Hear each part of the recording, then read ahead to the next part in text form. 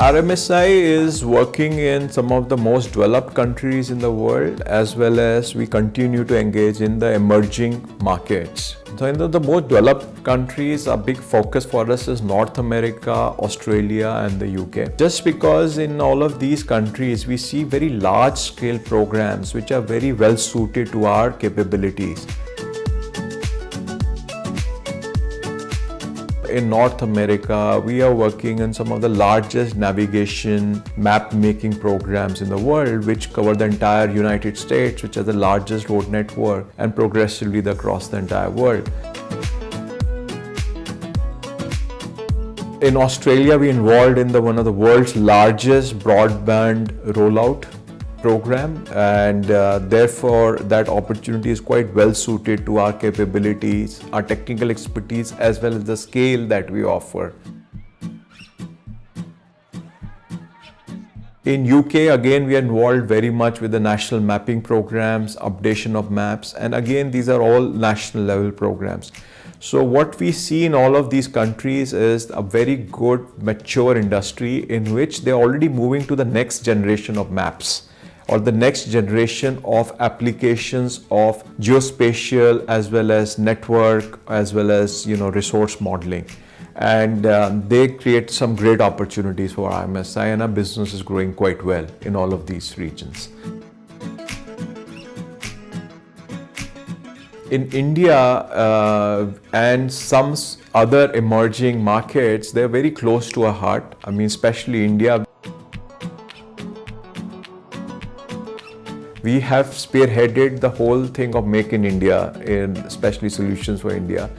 So there's one focus for India that we have adopted. Every year, India is one of the countries which is the most impacted by natural disasters. And with each natural disaster, the poor become even more poor. And that's where RMSI wants to make a difference.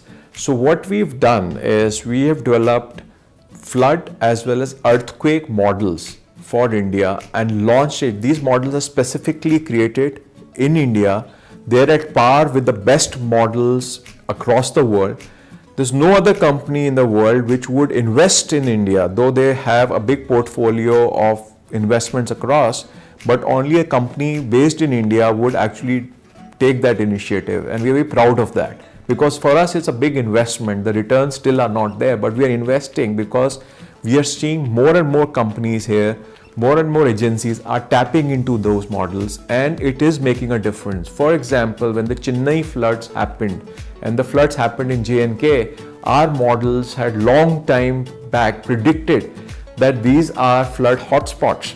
And there are few companies there are live examples of companies which had followed our advice and therefore significantly saved on the risk and the exposure they had on those markets.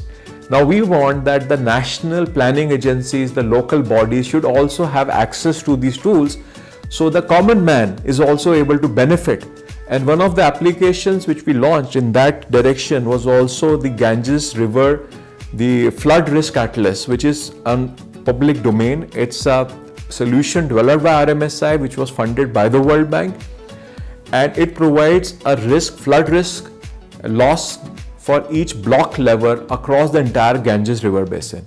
No such exercise has been ever tried in one of the largest river basins in the world. And we had the pleasure to also share our findings with Prime Minister Modi, who really appreciated that and said that these are the kind of applications which should be taken forward by this industry.